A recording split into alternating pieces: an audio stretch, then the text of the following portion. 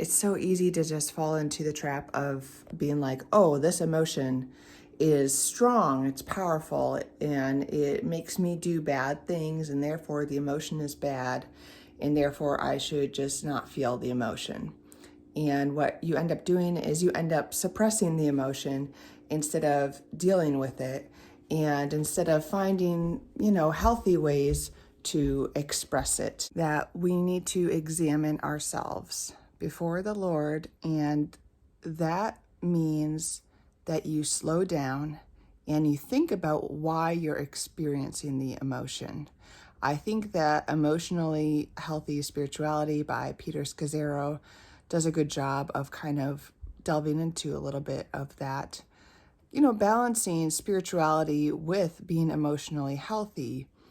And I think that sometimes we can, as Christians, be like, it's just everything is right and wrong. We're making moral judgments about ourselves, about the world, and about our emotions. And if you just make a moral judgment about your emotion without looking into, well, why is it there? And then you are going to actually miss out on true morality, in fact, because you kind of skip a step there, right? If you're angry, for example, this is one that Christians are very uncomfortable with. If you're angry and you're like, oh, I just shouldn't be angry, at all, full stop. Or I'm really angry, this is bad. This is sinful. And, I'm having these outbursts, or I'm, whatever.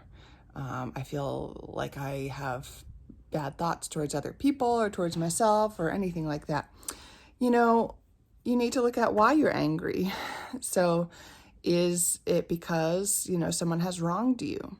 Well, that would be a good reason to be angry. You should be angry if someone has wronged you. You should be angry if someone has wronged someone else, if someone has hurt someone else. When things don't go our way, we get angry, right? And you just need to be aware of why you're getting angry. So I find this in myself that, okay, I'm going through my day and I'm just getting so frustrated with myself or with my toddler, and it's because I continue to have a plan and the plan never works out. Okay, so I go to plan B and that doesn't work out. I go to plan C, that doesn't work out. And so once I get to plan F, I'm completely exhausted. And I'm also, lacking confidence at this point because, well, none of my other plans have seemed to work out. And so I'm going to get angry because I'm frustrated in the situation that I can't seem to resolve the issue, which is I don't have a clear direction in the day. I don't have a clear direction on what I need to do with myself or my toddler or something like that. So at those times, I need to take a step back and assess and say, hey, what's going on here? Why are these things not working out? Okay, for example, if he's feeling sick, maybe that's the reason why he's tantruming about everything. Maybe that's the reason why he is giving me a hard time, and that's why he doesn't want to eat, and that's why he doesn't want to sleep. And, so it's like, okay, there's something else going on there, right? If I don't take a moment to examine that anger, however, it can go unchecked. And I could just say, oh, I shouldn't be angry. And I just keep going on with the problem solving and trying to be in the situation. And that's going to end up with more frustration and anger. So I have to realize I'm angry because things are just really not going my way today. That's okay. That is a frustrating thing, and not just skip over that. And then just say, Lord, where do I go from here? I need wisdom right now, or maybe I need a break. Maybe I need to ask somebody else to step in and help for a second so that I can gather my thoughts. Or maybe I need to, find an activity where he can self-entertain for a second or do something that he really, really likes. We just need to take steps back often. Over-spiritualizing can get in the way of dealing with the emotions as well.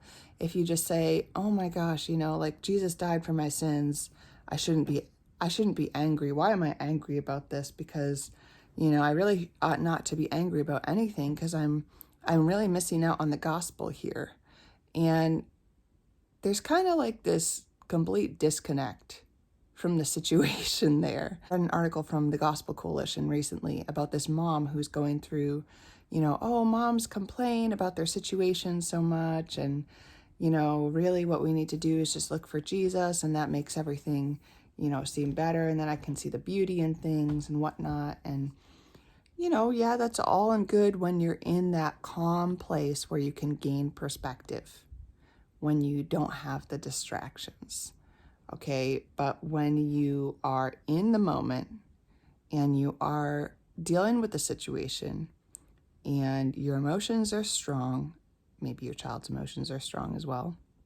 If you have a child or your partner or whoever it is that's in the situation with you, the thing is, you just have to practice taking a step back and not being like, oh, I just need Jesus. Why can't I just focus on the gospel when I'm, getting fed up with my child? And it's like, well, you're still in the situation. The situation hasn't gone anywhere, and it's still frustrating. It's very revealing. You will learn more about yourself. Okay, you'll learn more about which parts of you are sinful and which parts are following the Lord. And we have both. I think there are different parts of us that, can bend either way. We have the potential for either, right? We're created in the image of God, and so each part of us has the potential for good, and that part can also be twisted because we have a sinful nature that's competing there. And so there's gonna be this pull back and forth, and it's the pausing, it's the taking a step back in the situation and assessing and doing what you need to in order to get that pause. And then, gaining the tools as well. If you keep in the same thought patterns, then that's just going to be cyclical, right? If you keep going, oh, I'm angry, I shouldn't be angry, bad person, bad me, and then, but I still feel angry, right? And then it's just going to keep going. So anyways, I'm not a therapist. I am just speaking from, my own work that I've done. And I'm also speaking from, I've read a lot of literature, and I've done counseling, my own work. I've worked in ministry, and, I just see in the Christian culture certain things like this. And I just think, like, man, we've got to do better at this, like this is not the way to like deal with our emotions, because it ends up really being more harmful to ourselves and to those around us, doing a disservice. So those are just my thoughts. Thanks for listening.